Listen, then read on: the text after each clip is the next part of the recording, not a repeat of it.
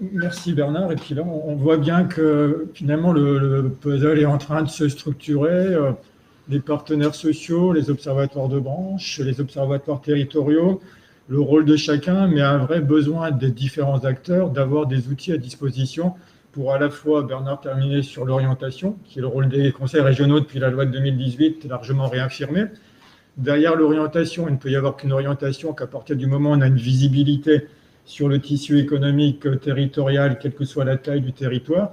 Et cette visibilité en fait économique ne peut se faire qu'en lien avec les différents secteurs d'activité qui sont sur les territoires pour que ça donne du sens et de la cohérence à un ensemble de systèmes.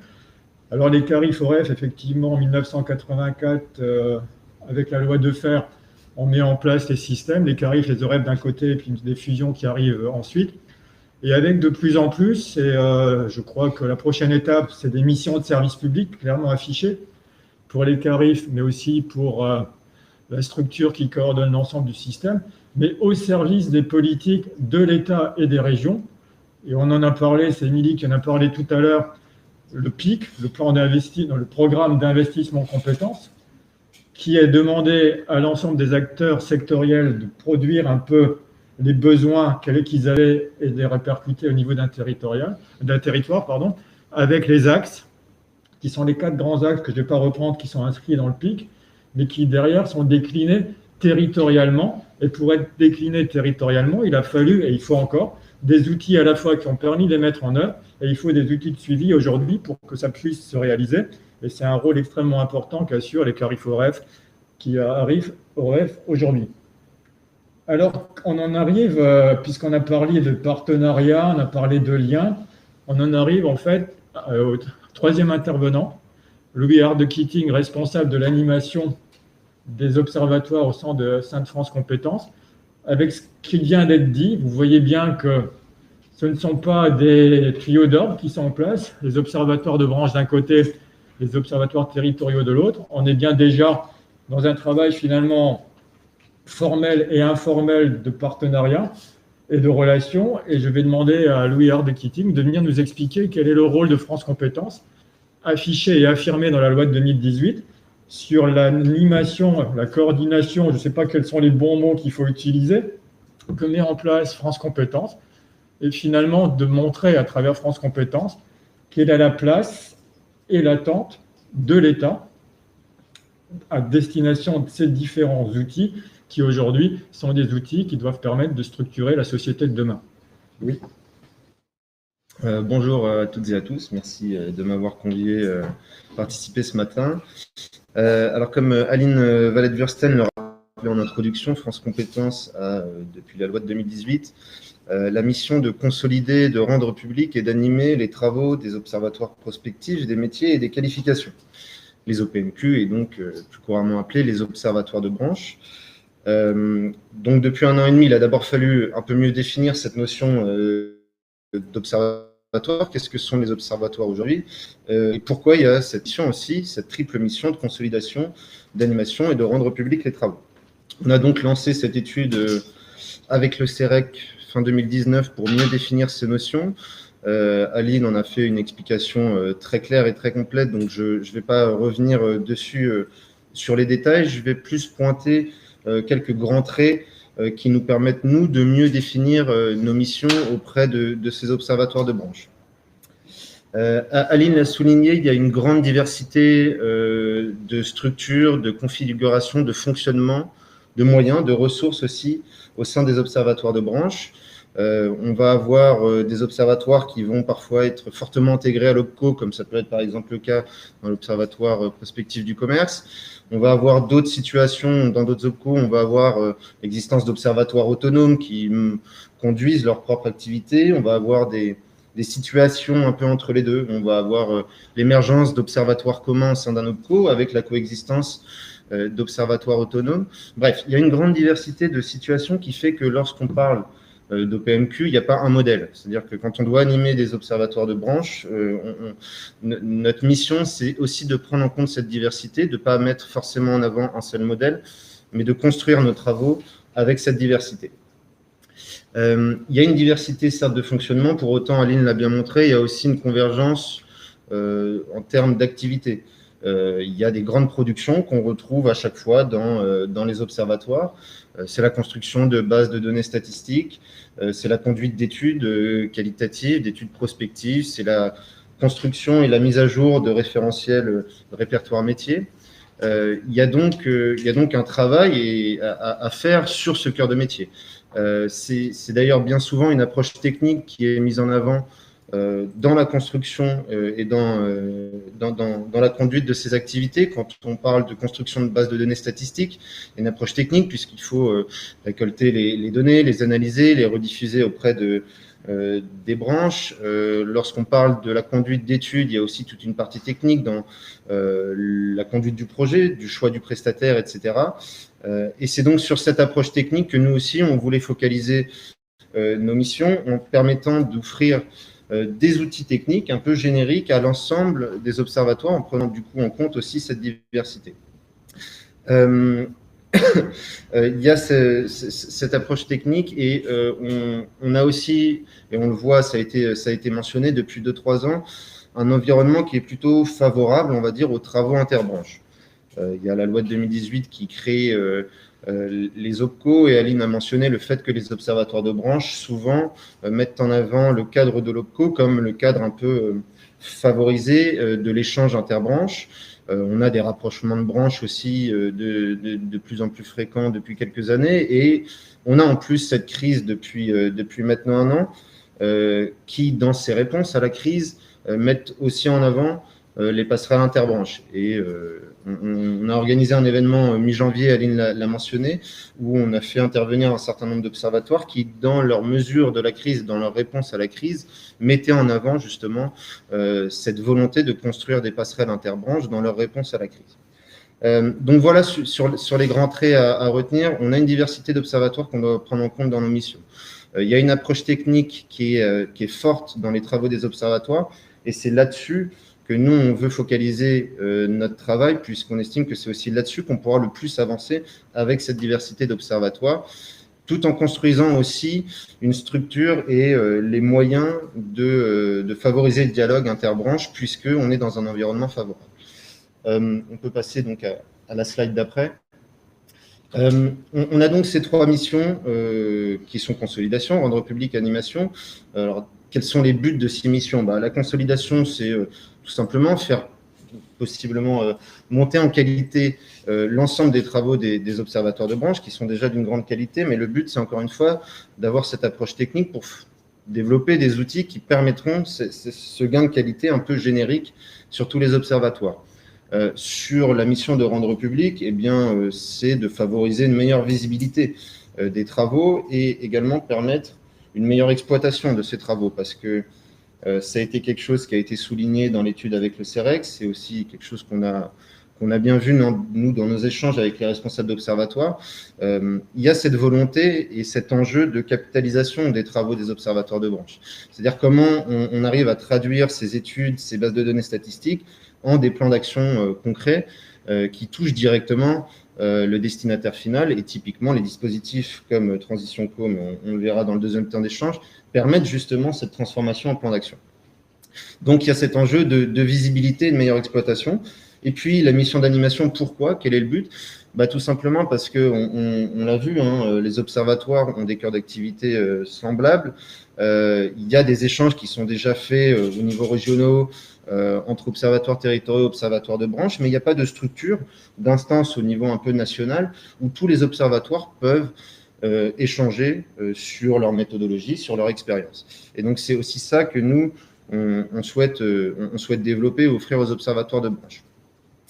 Donc voilà pour les buts. Concrètement, comment on répond à nos missions?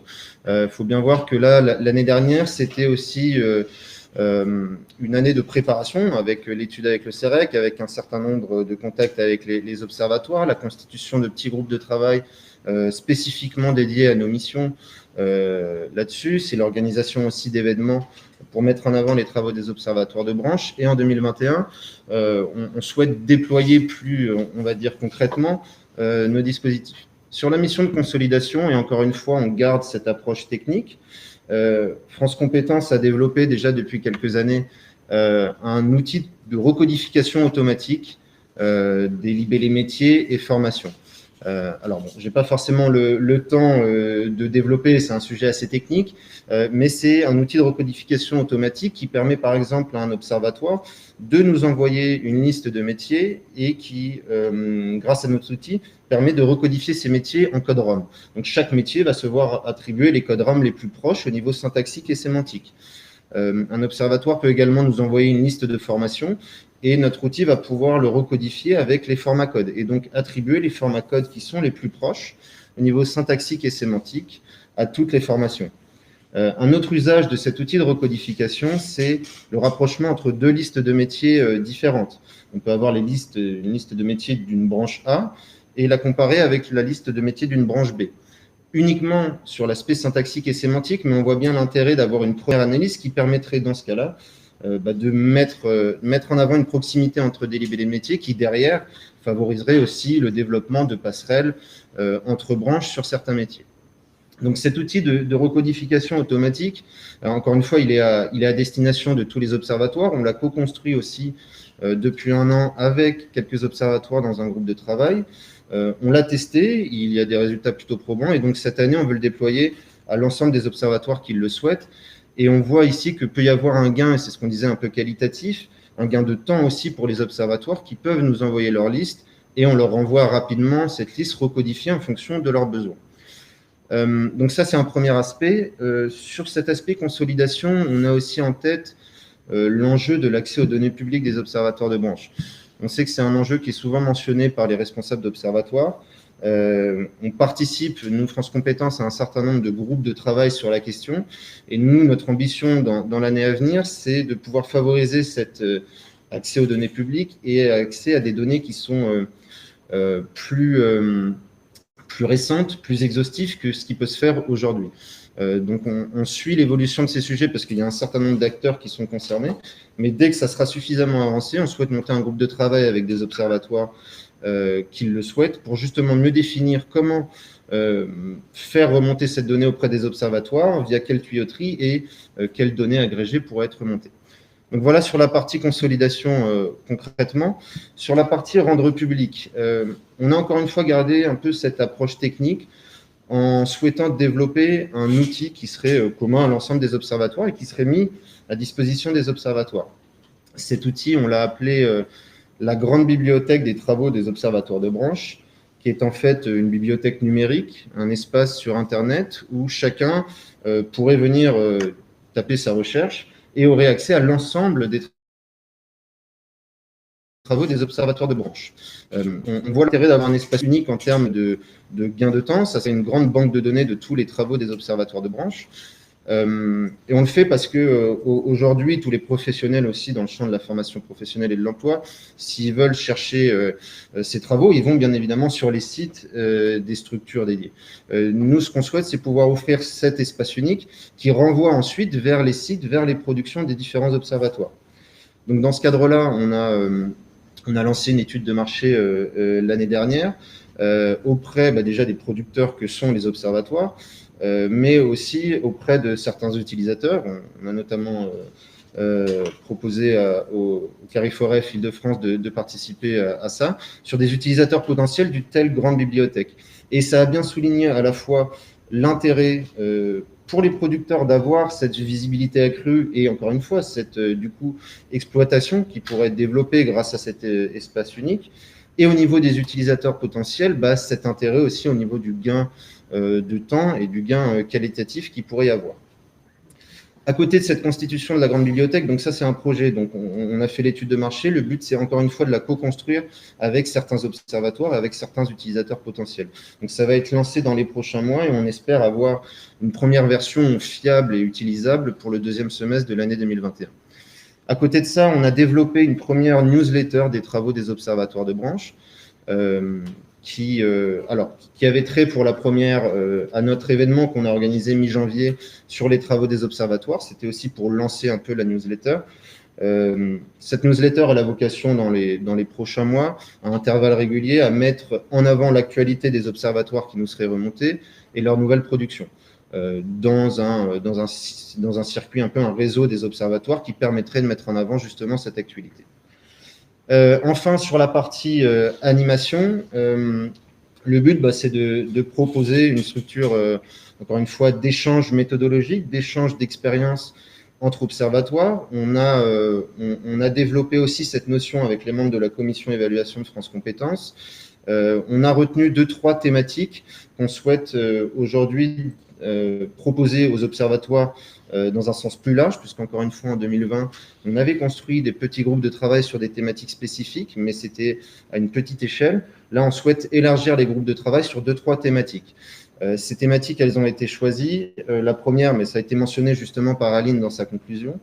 La première thématique, elle a trait aux passerelles interbranches. C'est assez évident aujourd'hui de pouvoir développer ce sujet-là avec les observatoires. Il y a une volonté de le faire en plus. On l'a dit lors de notre événement en janvier, ces passerelles interbranches, elles sont au cœur des travaux et des objectifs des observatoires aujourd'hui.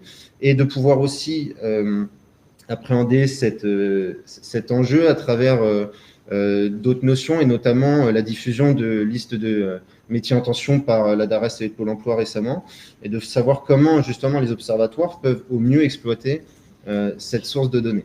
Une deuxième thématique très importante, et ça a été mentionné, et c'est de toute façon aussi au cœur du sujet aujourd'hui, c'est des échanges sur l'approche territoriale qu'ont les observatoires dans la conduite de leurs travaux. Encore une fois, de plus en plus, les observatoires déclinent régionalement aussi leurs études. Et Émilie décrivait tout à l'heure des portraits de régions qui sont faits de manière régulière par l'Observatoire prospectif du commerce. On retrouve ce genre d'études dans beaucoup d'observatoires. Et on voit bien l'intérêt aussi aujourd'hui de pouvoir échanger sur les pratiques des OREF dans leur méthode d'observation sur leur territoire, et les observatoires qui, eux, ont une approche sectorielle, mais qui doivent décliner territorialement, et donc de pouvoir échanger ensemble.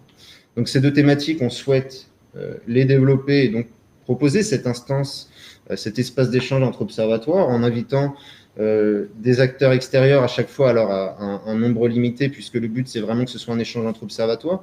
Mais sur le premier sujet des passerelles et des métiers en tension, pouvoir inviter la DARES pour mieux expliciter aussi cette notion. Et sur la thématique de l'approche territoriale, de pouvoir inviter le réseau des CARIFOREF pour justement expliciter ces méthodes et échanger avec les observatoires. Enfin, sur la partie animation, et je finirai par là, c'est de continuer à créer des événements, organiser des événements qui mettent en avant les observatoires de branche. On a organisé un webinaire dédié à nos missions particulièrement en juin dernier. On a organisé 3 temps d'échange sous un format JT en janvier qui donnait directement la parole aux observatoires de branche. À chaque fois, ça a été très intéressant à la fois dans la préparation avec les observatoires, mais aussi dans la diffusion auprès des retours qu'on a pu avoir. Et donc, mettre en avant et donner la parole à ces responsables d'observatoires, c'est quelque chose qu'on souhaite continuer à faire. Donc voilà, donc nous, France Compétences, on continue à avoir cette veille sur les travaux des observatoires. On continue à être bien sûr en contact permanent et régulier avec les responsables. On veut développer ces outils génériques co-construits avec les observatoires et dans le même temps proposer ces espaces d'échange un peu informels, mais sur des thématiques qui sont actuelles, en invitant des personnalités extérieures et en continuant à organiser des événements qui sont dédiés à ces thématiques-là. Voilà, merci pour votre attention. Est-ce qu'on est dans un temps d'échange maintenant avec des questions qui pourraient être… D'accord. Alors, peu de questions pour l'instant sur le chat,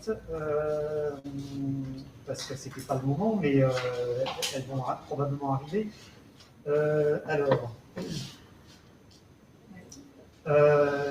Les études réalisées par les observateurs de branche sont-elles disponibles avec consultation externe? Ça, quelque part, la réponse vient d'être donnée. Ouais. Voilà. Et puis, une remarque qui est éventuellement une question. Le réseau REC de France Stratégie n'avait pas pour objectif d'être un lieu d'échange des observatoires? Point d'interrogation. Merci.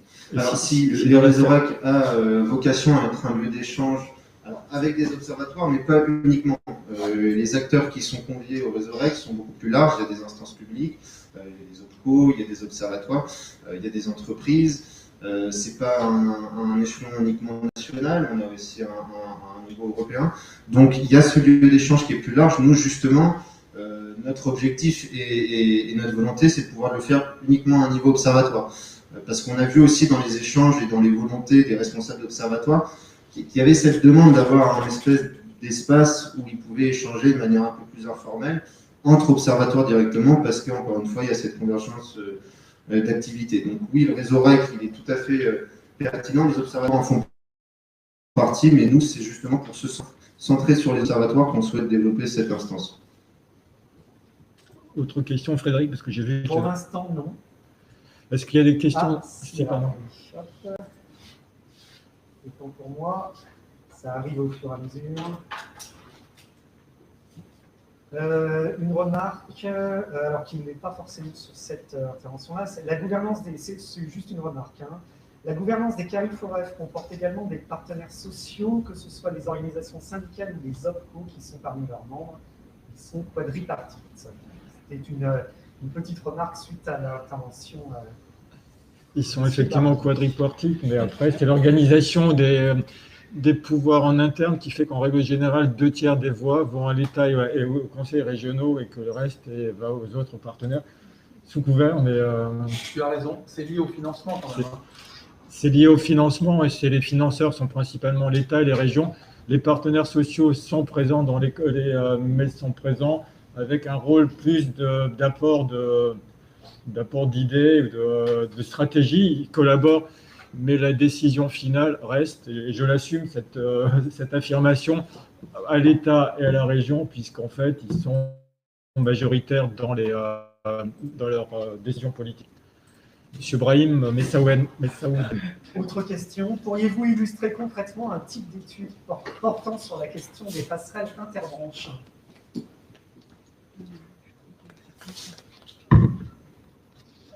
Ça s'affiche à l'écran. La question s'affiche à l'écran.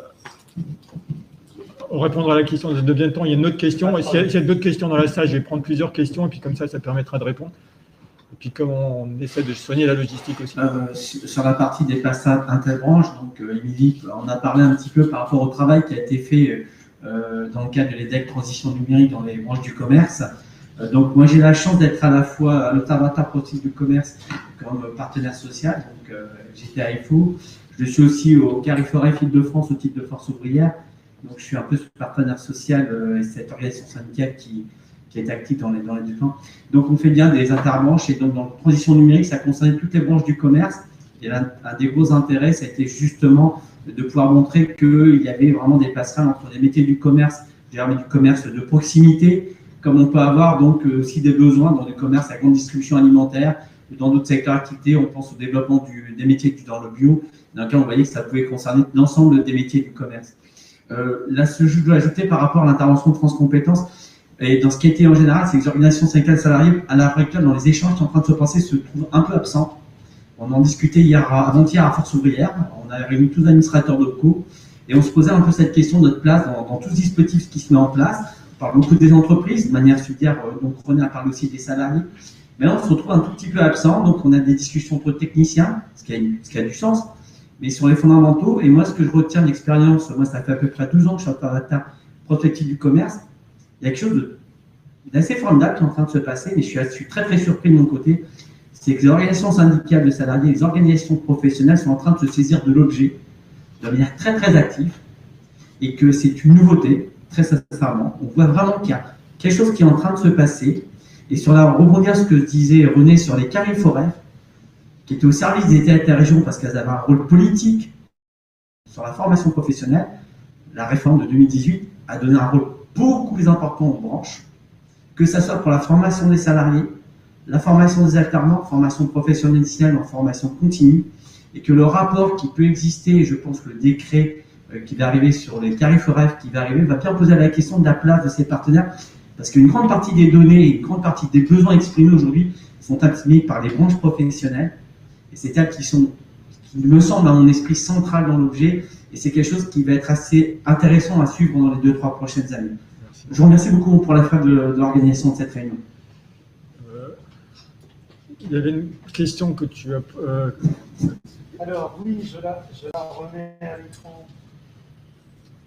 Voilà, pourriez-vous illustrer concrètement un type d'étude portant sur la question des passerelles interbranches?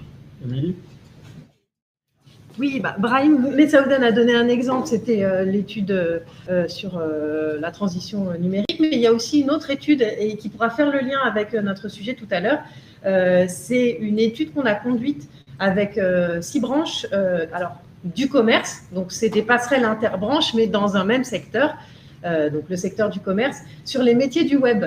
Et on a identifié qu'il y avait des métiers qui étaient un peu à la mode, mais d'autres métiers qui étaient en croissance et qui, pour le coup, étaient en croissance structurelle et qui sont maintenant identifiés comme des métiers porteurs, donc des métiers qui ont une tension de recrutement et qui se retrouvent dans différents formats de commerce et dans différentes activités du commerce. Donc, on peut évidemment les trouver plus naturellement dans le commerce à distance, mais on les trouve aussi dans des commerces, dans le commerce de la grande distribution ou alors du retail. Et ces métiers-là qui sont en tension sont des métiers qu'on veut mettre en avant et qu'on veut valoriser dans le cadre du dispositif Transco, mais je ne déflore pas le sujet en tant que métier porteur. Donc voilà, ça c'est des applications très concrètes de métiers, et je rebondis sur ce que disait Bernard tout à l'heure, ce sont des métiers qui ne sont pas forcément spécifiques à une branche professionnelle, mais qui peuvent se retrouver dans différents secteurs. J'ai une question pour Émilie. Vous avez parlé, Émilie, tout à l'heure du mode de financement de cette fonction d'observation ou de structure qui deviendront des observatoires. Vous avez dit que c'était le CA, je n'ai pas bien compris. Est-ce qu'il y a un pourcentage de la collecte affecté à la fonction d'observation et au fonctionnement des observatoires, ou est-ce que c'est le CA qui décide, ou est-ce que c'est quelqu'un d'autre qui décide du pourcentage affecté? Je vais parler de ce que je connais. À l'OpCommerce, c'est une négociation qu'on a eue entre l'État et l'OpCommerce qui affecte un pourcentage de nos frais de fonctionnement. Et ces frais de fonctionnement sont issus de la collecte dont on bénéficie des entreprises qui sont couvertes par le champ d'agrément de l'OPCO. C'est le résultat de la négociation et c'est inscrit dans le contrat d'objectifs et de moyens. Exactement. Et c'est global pour les 19 observatoires. Après, il a fallu qu'on arbitre, puisque on était une ancienne maison avec 13 branches qui se connaissaient bien pour lequel il n'y avait pas forcément besoin de beaucoup de cadrage, puisque on travaillait, parce que vous savez, 25 ans, ça commence à faire. Donc 13 branches arrivaient à jouer sur des ressources financières en fonction des besoins. Donc en gros, c'était premier arrivé, premier servi. Et ça allait très bien parce qu'on avait suffisamment de besoins. À 19 branches, c'est pas pareil, surtout quand on se connaît moins bien. Donc là, on a mis en place des règles plus précises avec des affectations en pourcentage de collecte, sans rentrer dans le détail. Merci. Madame Sorel. La question est pour qui? Je crois qu'elle était un petit peu pour tout le monde. En fait, c'est une question, comment dire, un peu abrupte. Moi, par exemple, je suis un petit peu loin de toutes ces études et tout ça, mais quand j'entends on n'a pas de chauffagiste suffisamment, on n'a pas suffisamment de plombiers, dans la restauration, ça colle pas, il y a des déficits et tout ça. Bon, ça, c'est la télé, tout ça. Je me dis, mais comment les observatoires, au sens large, rebondissent là-dessus? Alors, moi, j'ai des exemples très concrets. Les métiers de bouche. On parlait des bouchers. Bon, il n'y a pas que les bouchers, mais nous, c'est très, très tendu dans la grande distribution. Ce qu'on fait, c'est qu'on développe des parcours certifiants pour reconnaître ces compétences-là et permettre à des métiers qui seraient un peu connexes, ou alors encore plus éloignés, mais là, la démarche est plus longue, mais permettre à des emplois connexes de pouvoir couvrir le champ de compétences nécessaires pour pouvoir ensuite répondre à cette demande qui est non assouvie. Il n'y a pas de réponse. Donc, c'est une politique de certification. Donc, concrètement, les partenaires sociaux se saisissent de ce constat on a une vraie tension sur ce métier de bouche en mettant en place une politique de reconnaissance de ces compétences-là. Et puis après, il y a tout le chantier de sensibilisation avec des liens avec l'éducation nationale ou autres pour mettre en avant ce métier et le valoriser. Alors, moi, j'entends bien la notion de compétence. Moi, quand j'entends ça, je me dis, il y a aussi tout un jeu de reconnaissance sociale, de reconnaissance d'une identité professionnelle, de motivation. Enfin, quand vous parlez avec des jeunes hein, de 18-20 ans, vous leur dites chauffagiste, souvent ils vous regardent en souriant. Je dis ça parce que par le passé, j'ai formé des formateurs voilà, qui formaient justement des jeunes apprentis. Et donc, je me dis, toute cette dimension culturelle, d'évolution, etc., où est-ce que c'est travaillé, ça? Parce que moi, j'entends bien les outils, les compétences, tout ça, c'est toujours plus ou moins cadré, mais toute cette dimension culturelle, sociale, où est-ce que ça se travaille? Je me permets, en principe, ça doit se travailler dans la branche, c'est-à-dire entre les partenaires sociaux, employeurs et salariés, qui se réapproprient les travaux des observatoires et qui doivent négocier des améliorations culturelles, des améliorations des emplois, des classifications nouvelles. À mon avis, c'est comme ça que ça devrait se passer. Mais est-ce que ça se passe? Bernard Nordic, vous voulez compléter? Oui, pour préciser quand même, le sujet est observatoire, donc nous sommes des observatoires. Donc un observatoire, il observe. Hein, c'est la palissade, mais il faut le rappeler. C'est pour ça tout à l'heure, je n'ai pas développé le côté CARIFOREF, parce que le sujet, c'était observatoire. D'accord. Nous sommes donc, comme les observatoires de branche, nous sommes des dispositifs, des outils, et il y a des commanditaires qui passent commande, et nous travaillons sur ce qu'on nous dit. Donc, ce que disait Catherine est important. Les branches sont chargées de dire à leur observatoire, on veut vous travailler là-dessus. D'accord? Donc, quand vous dites, vous avez raison. C'est-à-dire que comme nous sommes des dispositifs qui sont liés de ce mouvement-là, il y a quelque chose, je vais le dire comme ça, sur lequel nous disons, il n'y a peut-être pas assez d'études, c'est sur ce qui est appelé socialement la demande sociale. En fait, c'est simplement la présence des personnes eux-mêmes et leur choix à eux. Et souvent, ce qui est demandé, c'est le travail collectif lié à des secteurs d'activité. Les personnes ne sont pas toujours forcément présentes, sauf comme objet d'étude. Vous voyez ce que je veux dire? Okay. Et donc, par rapport à cette démarche-là, il y a souvent, d'ailleurs, plus les labos de recherche qui travaillent sur cette approche des personnes et de la façon dont elles abordent les sujets. Et nous sommes des dispositifs qui sont chargés de travailler sur quelque chose d'un peu formel et linéaire, en quelque sorte, et en tout cas orienté vers les secteurs d'activité, vers les métiers, les emplois, etc. Et malheureusement, je le pense, il n'y a pas assez de travaux qui sont faits sur l'approche des personnes eux-mêmes et de la façon dont ils considèrent le métier. Mais c'est en train de changer, si je vous dis ça, c'est que ce message passe, et il y a maintenant en disant, mais peut-être qu'il faut qu'on tienne compte un peu plus que veulent les personnes dans le choix des formations, et donc ce sont des travaux qui sont faits. En Ile-de-France, il y a des choses que nous avons commencé à faire.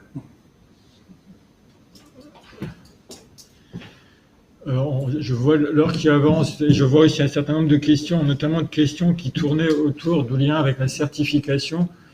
J'ai vu cher Alain disent, j'ai vu la question, mais je pense que là on est sur, si on revient sur ce que sont les missions aujourd'hui des OPCO, il y a d'un côté gérer et de l'autre côté accompagner, et notamment accompagner en fait les branches professionnelles sur trois choses: les observatoires, les certifications et la gestion prévisionnelle des emplois et des compétences.